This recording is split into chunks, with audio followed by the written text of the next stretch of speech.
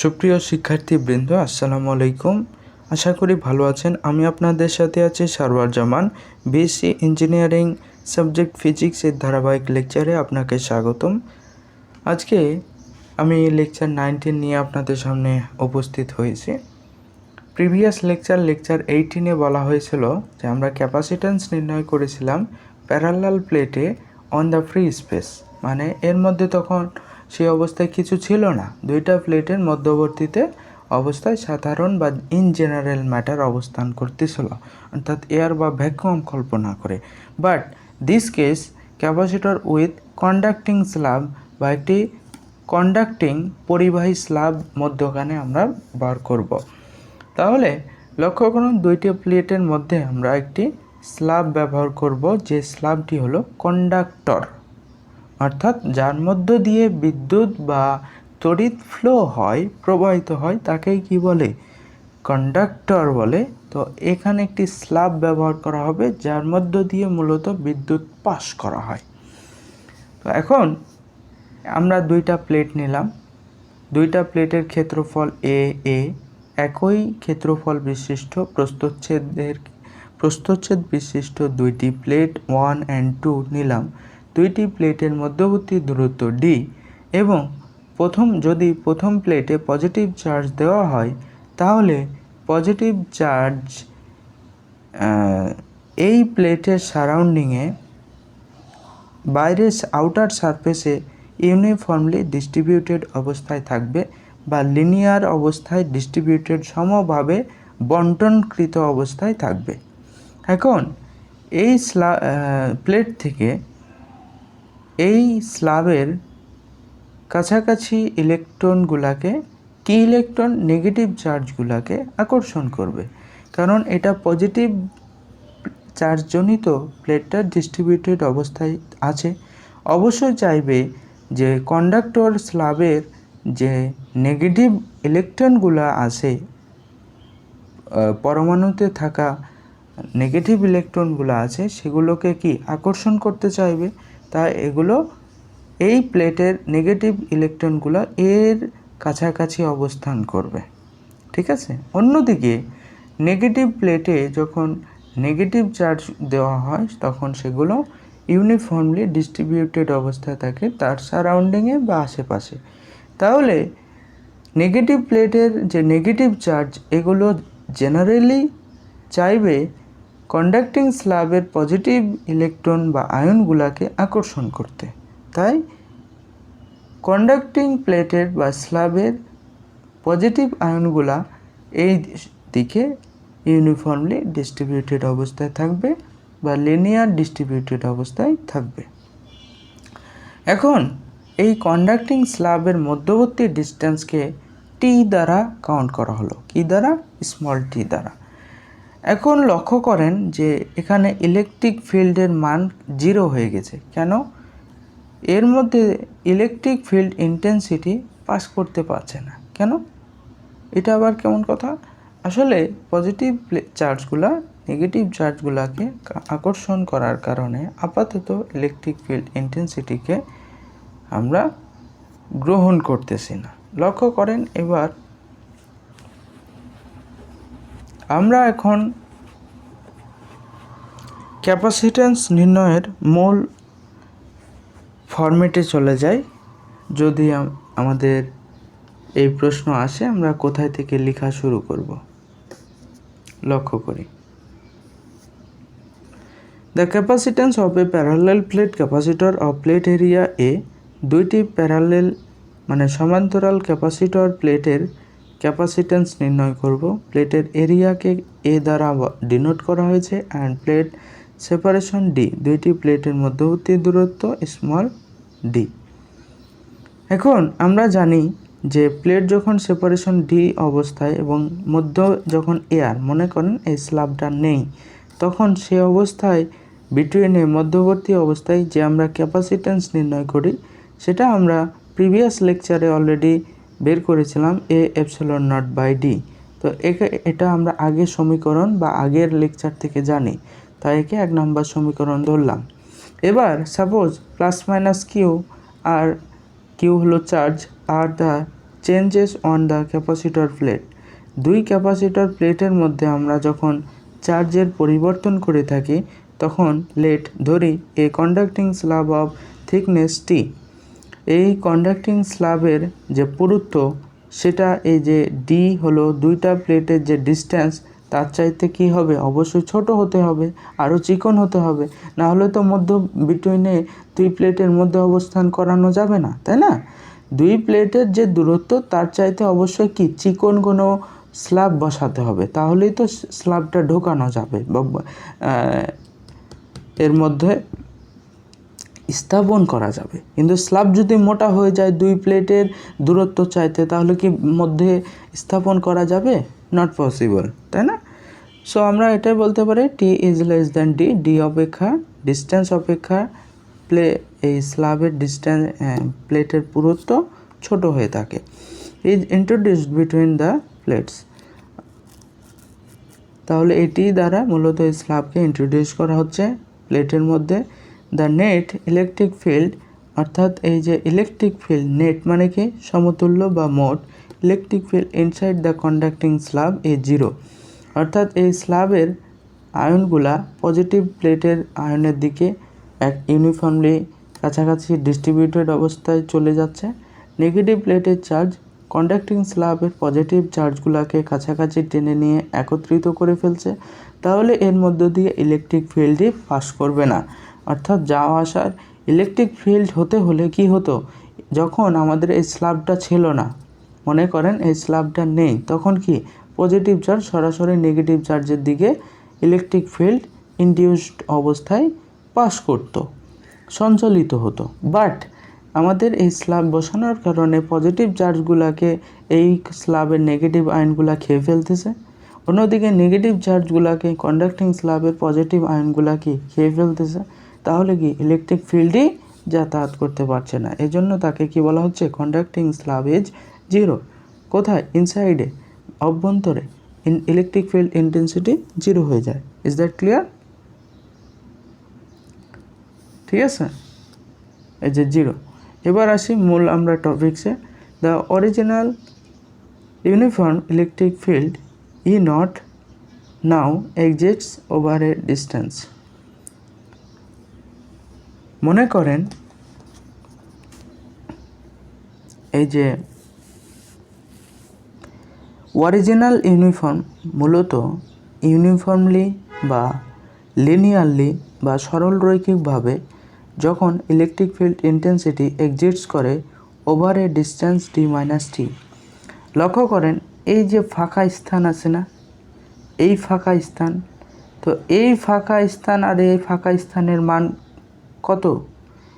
টোটালটা তো D, D থেকে টি বাদ দিলে এটুকু আর এটুকুর মান পাবো। তাহলে ডি থেকে টি বাদ দিলে এই স্পেস এবং এই স্পেসের মধ্যে ইলেকট্রিক ফিল্ড ইন্টেন্সিটি পাস করবে, কিন্তু কন্ডাক্টিং স্ল্যাবের মধ্য দিয়ে ইলেকট্রিক ফিল্ড ইন্টেন্সিটি পাস করবে না, যার মান জিরো। বুঝতে পারছেন?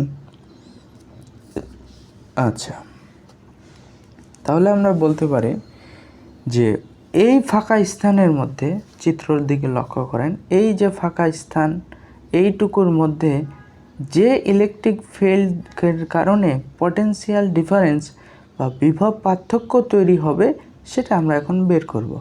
তাহলে কি লিখব? সুপ্রিয় ভাইয়া এবং আপুরা, আপনাদের উদ্দেশ্যে বলছি, এখন আপনারা কি লিখবেন বলেন তো? দুই পয়েন্টের, অর্থাৎ এই প্লেটের মধ্যবর্তী ডিস্টেন্স এবং মধ্যবর্তী যে ফাঁকা জায়গা, এর মধ্যে ইলেকট্রিক ফিল্ড ইন্টেন্সিটির সাথে যখন দূরত্ব গুণ দিই তখন কি পাই? পটেনশিয়াল ডিফারেন্স পাই না? তাহলে electric field intensity E naught into D minus T. এবার ই নট সমান আমরা কি জানি, ইলেকট্রিক ফিল্ড ইন্টেন্সিটি পাই সারফেস ডেন্সিটি এবং আপন রিলেটিভ পারমিটিভিটি এর অনুপাতকে ইলেকট্রিক ফিল্ড ইন্টেন্সিটি বলে। কারণ এই যে এই ফাঁকা স্থান আর এই ফাঁকা স্থানের মধ্যে তো কোনো বাধা নেই, তাই না? আছে কি? বাধা নেই। তো বাধা নেই, তাহলে কি আছে? এয়ার বা ভ্যাকুয়াম আছে। তাহলে এয়ার বা ভ্যাকুয়ামের সূত্র থেকে আমরা কি জানি? E naught equal to epsilon sigma upon epsilon naught মানে সারফেস ডেন্সিটি ভাগ রিলেটিভ পারমিটিভিটি থেকে এপসিলন নট ই নট বা ইলেকট্রিক ফিল্ড ইন্টেন্সিটি মেজার করে থাকি। এখন এই এপসিলন নটের মানটা এখানে বসাই দিলাম, তাহলে কি sigma upon epsilon naught D minus টি লেখা যায়। এবার এই যে সারফেস ডেন্সিটি সমান কি, এই প্রতি একক প্লেটের ক্ষেত্রফলে কি পরিমাণ চার্জ স্টোর করা হচ্ছে, পজিটিভ অথবা নেগেটিভ, সেটাই হলো ওই প্লেটের surface density. So sigma equals to q upon A. এখন এই যে সিগমা আছে না, সিগমার মানটা বসাই দেন, তাহলে কি Q by A epsilon naught D minus T. আর এই যে এটা আমরা জানলাম, একে 2 নম্বর সমীকরণ ধরে নিলাম। এবার as as capacitor basic formula বা একটা ক্যাপাসিটরের মৌলিক সূত্র জানি আমরা, যে per unit potential difference to store charge is called a capacitance. অর্থাৎ প্রতি একক বিভব পার্থক্যে যে পরিমাণ চার্জ সঞ্চিত হয় তাকে কি বলে, ক্যাপাসিটেন্স বলে। এটা ক্যাপাসিটেন্সের মৌলিক সংজ্ঞা থেকে যে সূত্র জানি তাকে আমরা 3 নম্বর সমীকরণ ধরলাম। এবার এই যে ভি এর মানটা 3 নম্বর সমীকরণে বসাই দিব, ঠিক আছে। তাহলে using second in equation 3 we get V এর মানটা এখানে কি করলাম, বসাই দিলাম। তাহলে C equal to Q by V, আর ভি এর জায়গায় Q by A epsilon naught D minus T. এই যে কিউ কিউ কাটা, এ এপসিলন নট ওপরে উঠাই দিলাম, A epsilon naught by D minus T, ঠিক আছে। তাহলে C equal to A epsilon naught, আর এখানে আমরা ডি যদি কমন নিই, ডি কমন নিলাম, তাহলে কি হয় 1 মাইনাস টি, আর এখানে তো ডি নেই, তাহলে ডি একটা কমন নিয়েছি, ভাগ করে দিলাম। আবার যখন ডি এর সাথে গুণ দেবেন, ডি ডি কাটা শুধু টি থাকে, তাহলে আগের লাইনে ফিরে যাওয়া যায়। এটা নেওয়ার মূল কারণ হলো, পরের লাইনে চেক করেন বুঝতে পারবেন। তাহলে আমরা কি বলতে পারি, C equal to A epsilon naught by D, মানে এখানে যদি ডি ভাগ আকারে আছে তো এখানে ডি লিখলাম, আর নিচে 1 মাইনাস টি বাই ডি। এই যে লক্ষ্য করেন 1 নম্বর সমীকরণে এ এপসিলন নট বাই ডি এর মান হলো সি নট। সি নট দ্বারা বোঝানো হচ্ছে যে ক্যাপাসিটেন্সের মান। কোন অবস্থায়, এই যে এয়ার বা ভ্যাকুয়াম অবস্থায় যে ক্যাপাসিটেন্স ইনডিউসড হয়, সেই ক্যাপাসিটেন্সের মান হলো সি নট। তাহলে আমরা এখানে এবার মানটা বসাই যদি দিই, তাহলে কি হবে, A epsilon naught divided by D এর মান হলো সি নট। তাহলে আমরা এখানে মানটা বসা দিলে C equal to C naught divided by 1 minus t by D. লক্ষ্য করেন তাহলে এখানে একটা কি মান বুঝতে পারছি, মানটা এ দ্বারাই বুঝতে পারছি যে 1 থেকে যে কোনো একটা ক্ষুদ্র মান বাদ দেওয়া, মানে কি 1 থেকে আপনি 0.0001 বাদ দিলেন তো কত হয়, 0.9999। তো এয়ার বা ভ্যাকুয়াম অবস্থায় যতটুকু ক্যাপাসিট্যান্স, তাকে যখন 0.9999 দ্বারা ভাগ করবেন, মানটা কিন্তু বাড়বে, সি এর মান। আপনারা বুঝতে পারছেন না, তাই না? এই যে আমি একটু ক্যালকুলেটরে দেখাই, তাহলে ক্লিয়ার হয়ে যাবেন। যারা বুঝেছেন ধন্যবাদ। এই যে দেখেন, যেখানে সি নটের মান মনে করেন 5, ঠিক আছে। এখন কন্ডাক্টিং স্ল্যাব ব্যবহার করার পরে ক্যাপাসিট্যান্সের মান, মানে মোট সি, ক্যাপিটাল সি এর মান কত পাবো, এখানে 1 থেকে যে কোনো একটা ভগ্নাংশ মান বাদ দেন, তাহলে 1 মাইনাস 0.00005 বাদ দিলেন, দিয়ে কি করলেন, সমান চাপলেন। এই যে দেখেন তো 5.00025, মানে কি ভ্যাকুয়াম অবস্থায় বা এয়ার বা বায়ুশূন্য অবস্থায় 2 প্লেটের মধ্যবর্তী ক্যাপাসিট্যান্সের মান 5 ছিল, কিন্তু যখন একটা কন্ডাক্টিং স্ল্যাব ব্যবহার করলাম তখন দেখা গেল ক্যাপাসিট্যান্সের মান বেড়ে গেল।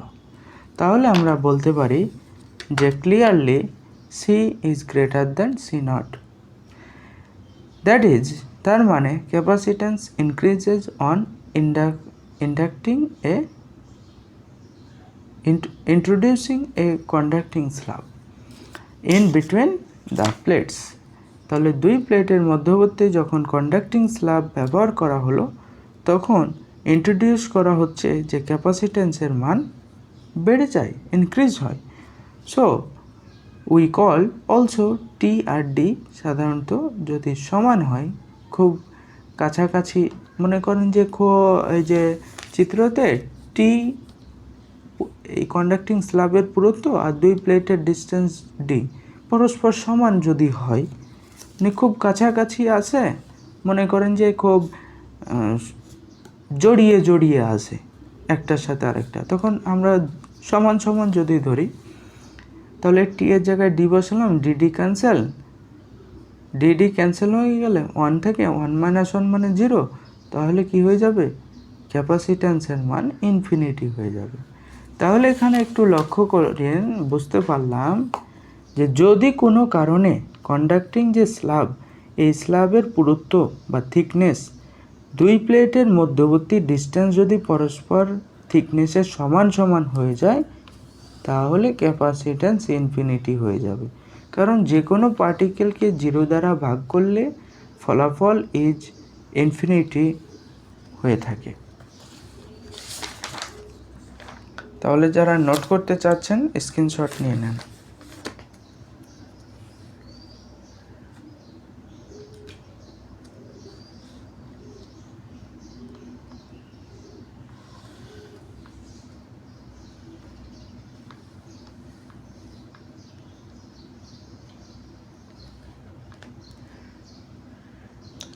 সবাই ভালো থাকবেন, ধন্যবাদ। টিল দেন টেক কেয়ার, আসসালামু আলাইকুম।